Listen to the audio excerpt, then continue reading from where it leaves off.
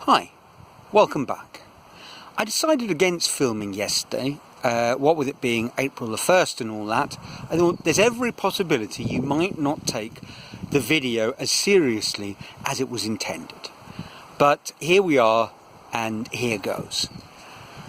Last week I read about a book, I think it's entitled something like The Boy, the Horse, the Mole and the Fox. Animals might be in a different order. Written and drawn by Charlie Mackesy, a British artist. Absolutely wonderful book.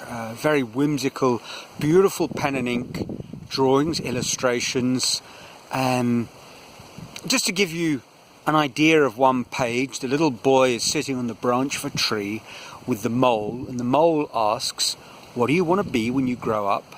And the boy says, "Kind." It's that sort of book.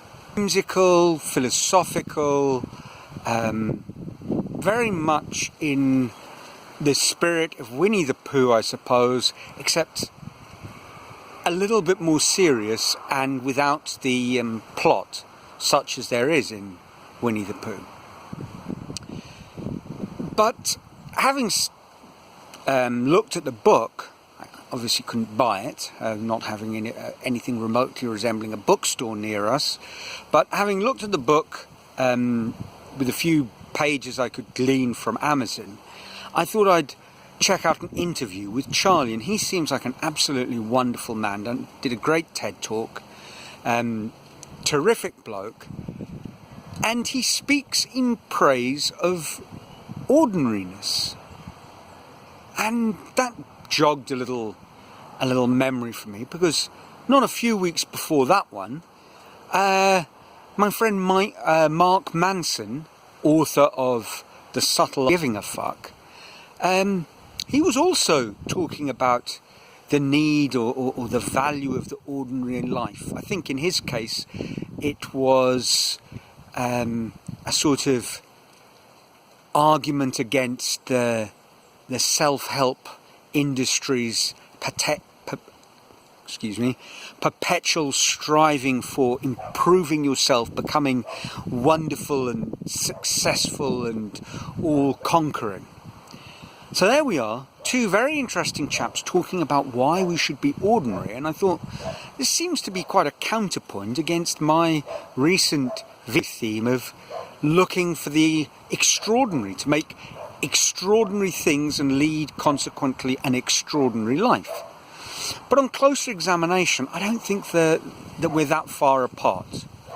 For starters, are ordinary and extraordinary actually opposites? They are in a way, but I would say ordinary and not ordinary isn't necessarily extraordinary. And I think when we use these two words, we mean them in a slightly different way. An ordinary life is, in a way, a simple life, stripped down of pretensions. An extraordinary accomplishment, I guess, is something that speaks of the quality of what you've done, and not necessarily the life that you're leading. So, in a way, perhaps the way I would reconcile these two ideas is that they were talking about and against a sort of false extraordinary life that many people go out looking for. The extraordinary life of enormous houses and flashy cars and designer clothes and having the right friends and going to the right parties and all that sort of stuff. And when I was speaking about an extraordinary life, an extraordinary accomplishments, they may well have been made in the lifetime of someone who lived a very simple sort of life. I can think of one obvious and really good example, the famous English poet Philip Larkin, poet laureate. Is that what they called him? But he was really right up there with great 20th century poets. And if my memory serves me correctly, which it doesn't always, he spent his life working as a librarian at the Hull Public Library. And without meaning to cast aspersions against either Hull as a place or librarianship as a profession, neither of those two really spring to mind when you say extraordinary. The librarian in a small town is not someone you think, wow, what an extraordinary person. But they might be, actually, depending on what they do the rest of the time. And such was the case with Philip Larkin. And obviously, when he wasn't in the library, and of course a library is a good place for a poet to earn his corn, being surrounded by books and all that. And it's a steady job, which probably has never been used to describe the profession of poet. Even quite famous poets, I imagine, may find the going a little tough every now and then, on the bill-paying front. So it was quite a good combination for Philip. And digging into, I think, what Mark and Charlie were talking about in their two pieces, I think that's really it. We need to lead a life where we meet our commitments, but aiming to overreach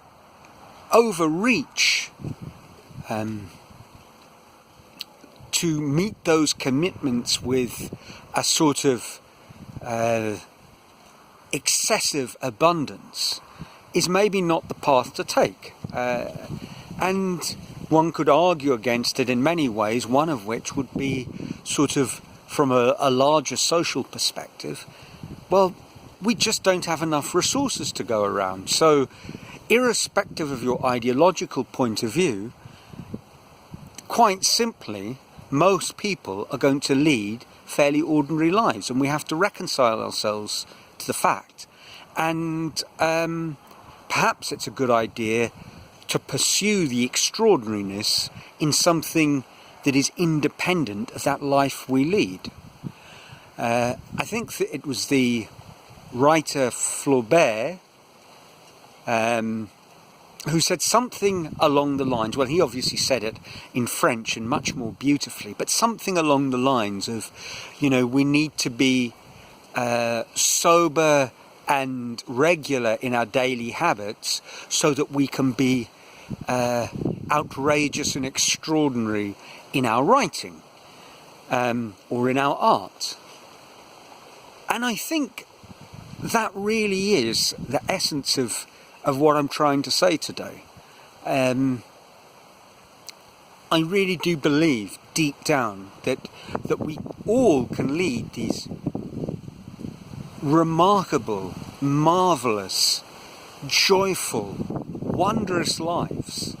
And we definitely all can't lead the life of Riley. The excessive, exuberant, extraordinary lifestyle rather than life. And we need to aspire to living better, not living with more expensive surroundings and toys to play with. And I think there's a lot of wisdom in that.